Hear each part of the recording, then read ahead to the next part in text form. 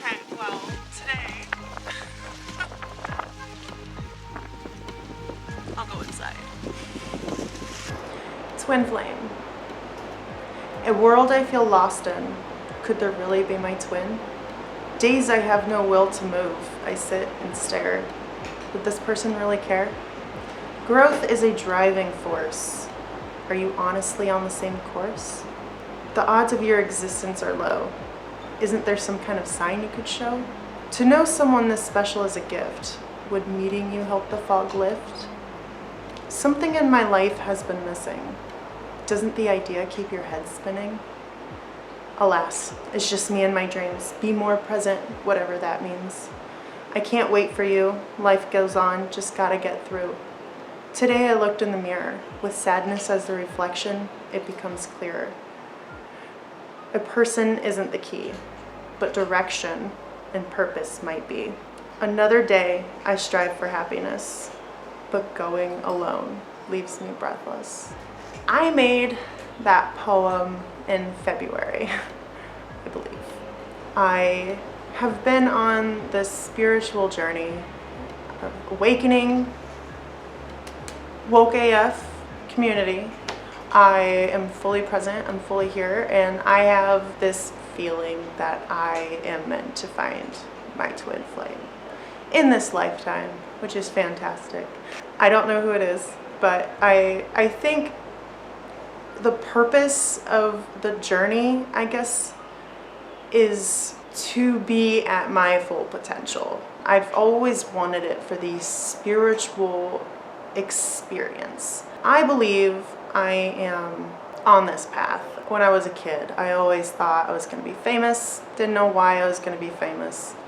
I have always had this broadcasting attitude, and I'm just going to roll with it. I'm just going to broadcast, and that is probably going to include random poems that you didn't ask to hear, but you're welcome.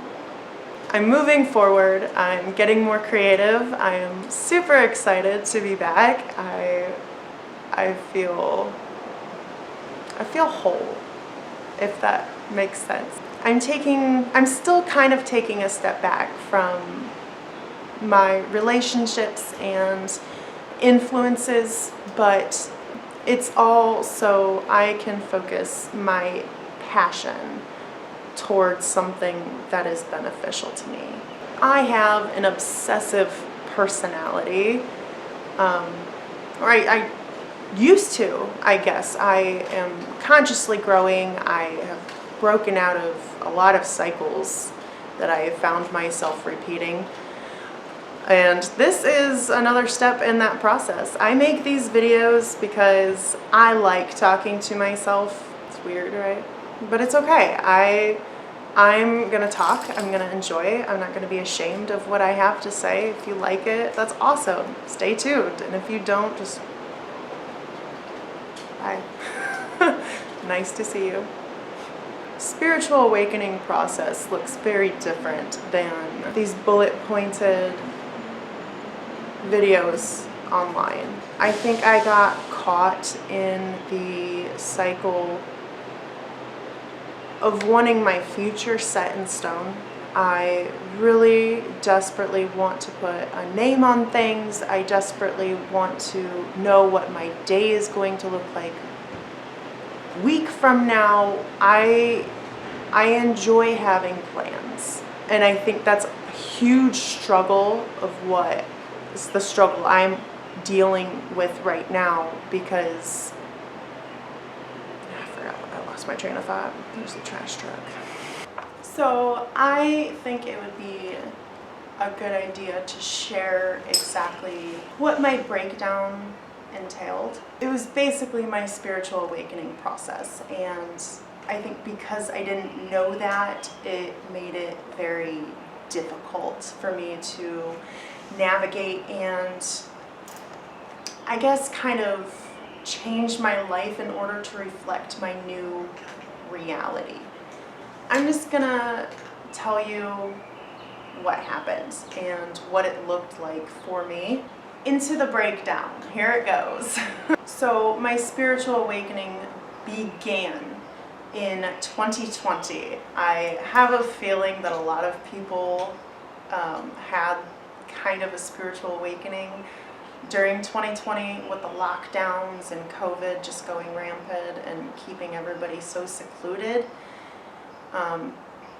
We ended up getting a puppy while we were home for so long, and at the time I did not realize that it was like another child, and I mentally broke.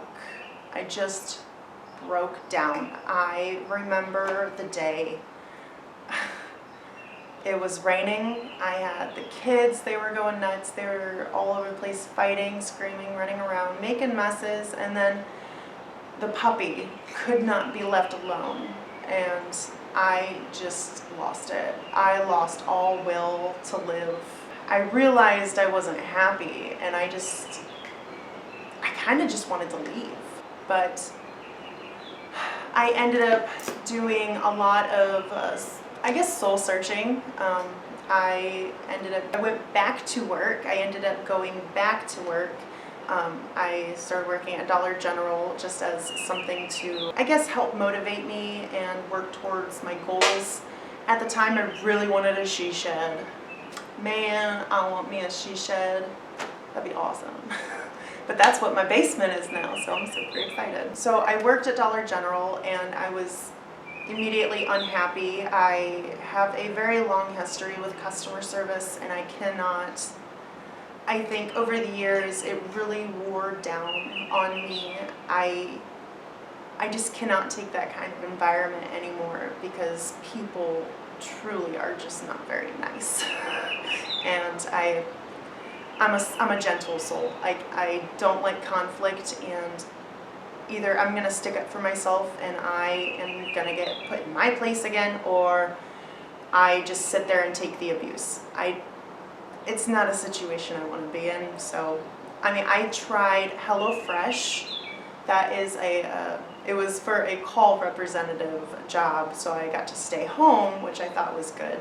But I lasted not even a month with HelloFresh because long story short, the whole employment ended with a couple on the phone saying that I was an idiot and I didn't know what I was doing. So I just quit right there and then because it's just not what I want to surround myself with. So after trying to make money, work on physical goals, it wasn't working out for me. I was mentally more exhausted than before. It was not at all what I had hoped it would be. That in turn, I went to the doctor instead. That's when I made that I'm broken, but it's fine video. I got put on Zoloft, mostly for the OCPD, probably a lot of PTSD, and that was incredible. It was a great experience for me. However, that is also around the same time I started smoking more weed. I went through a summer of doing really good. I was on Zoloft, smoking weed. However, it was a slow bubbling volcano brewing under the surface because Zoloft changes the way that your brain, I guess, perceives. It balances all the hormones in your brain, and when you're smoking on top of that, it created like a serotonin syndrome. So that was my breakdown. That is when everything came to the surface. I was able to cry about trauma. I felt awake and alert and so in my body. And that is also when I decided I had autism, PTSD, and OCPD. I realize now from where I'm at that those were, I think, my ego or my mind trying to make sense of what my soul was telling me, where my soul was telling me to go, because it doesn't make sense. that I would be so unhappy where I am. You know, I did everything I wanted to do. I wanted to get married and have kids and have a family. That's all I ever wanted. And I think the crack started the inkling of maybe this isn't all that I wanted. I want passion and drive and something to put my whole heart and soul into.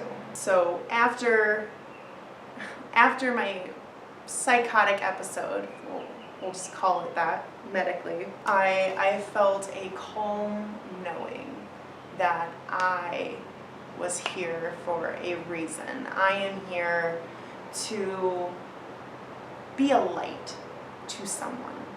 I don't know who, but I'm making this video in divine timing. Maybe it'll find you when you need it and you didn't realize that this was your spiritual awakening. And because it doesn't look like a spiritual awakening on the outside, it looks like mental illness. It looks like making poor choices.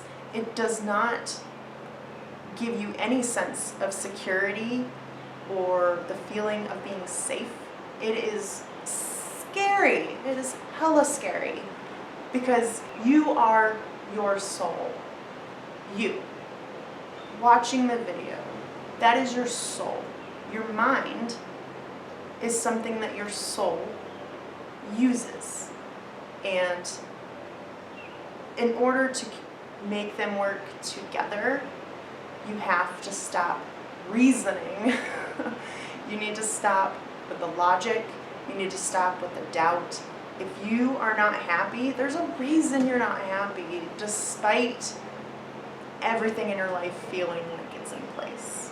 That is basically what happened with my psychosis. I went into the hospital a couple of times. The first one did not work out so well, but the next one that I went to was so much better. I was helped genuinely. I was cared about. I was able to go outside, and to me, that was all I really needed. I just needed to be outside, and I feel that largely still. So since the breakdown happened, the explosion from Zoloft and marijuana, within the hospital, I was able to give that up. However, they switched my meds around and I was still medicated, except it was an antipsychotic. And I felt good on the antipsychotic.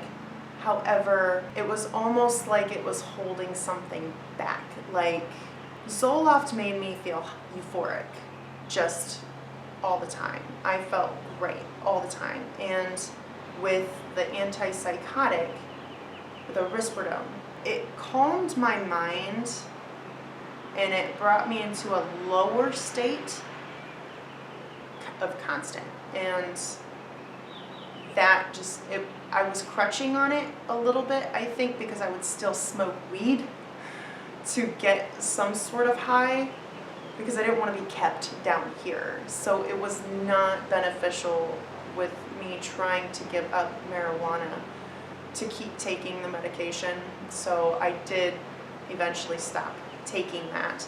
And now I am on a journey to quit marijuana. It's scary. I don't know who I am without the weed. I've gone through this process high. And the sad part about it is you can't stay grounded when you're always high. And I'm learning that. I hold my watch on, hold on. It's 2:44 and I haven't smoked yet. I know that doesn't sound like a big deal, but it is a big deal to me. Small wins. Woo.